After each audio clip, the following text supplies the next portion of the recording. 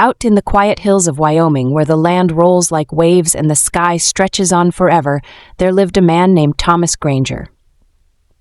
Thomas was a rancher, the kind who woke before the sun and went to bed with the stars. His life was filled with the rhythm of the land, the lowing of cattle, the creak of the barn door, the wind through the tall grass. He had everything he needed: land, livestock, and peace. Everything, except a family. For years, Thomas and his late wife Mary had tried to have children.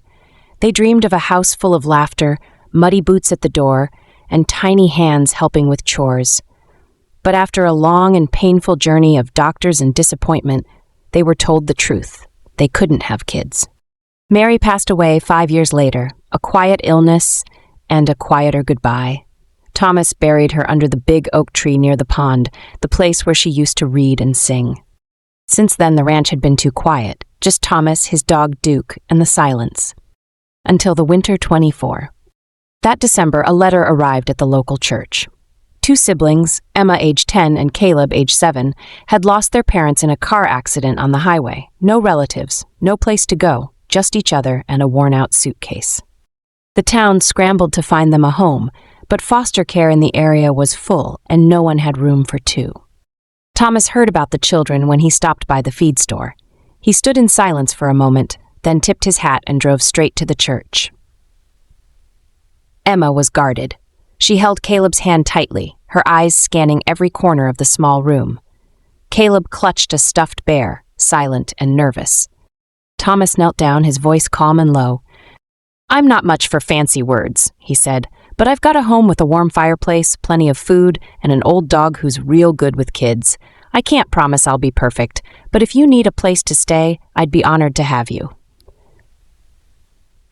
Emma didn't say a word, but Caleb nodded, just once. That was enough. The first few days weren't easy. Emma didn't talk much. Caleb had nightmares. Thomas, used to the quiet, found himself burning toast more often than not. But slowly things changed. Emma started brushing the horses. She even named the youngest one Starlight. Caleb followed Duke the dog everywhere, giggling when the old hound flopped onto his back for belly rubs. Thomas found himself smiling more, laughing even, as the ranch began to feel alive again. One morning, Thomas found a crayon drawing on the fridge. 3 stick figures, one tall with a cowboy hat, one girl with pigtails, one boy holding a bear. Above them, the words, "Our Family." He stood there for a long time, his hand resting on the fridge door. No one said it out loud, but something had changed.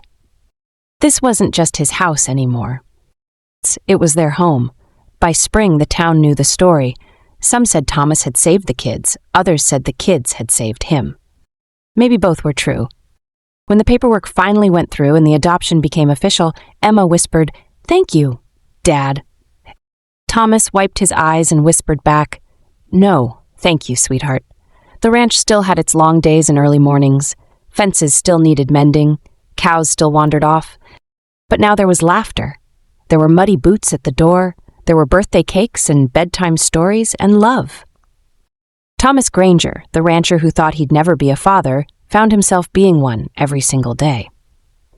Because sometimes family isn't about blood. Sometimes it's about choice, about heart, and about being exactly who someone needs. You don't have to be born into a family to belong to one. The rancher who couldn't have kids took in 2 orphans.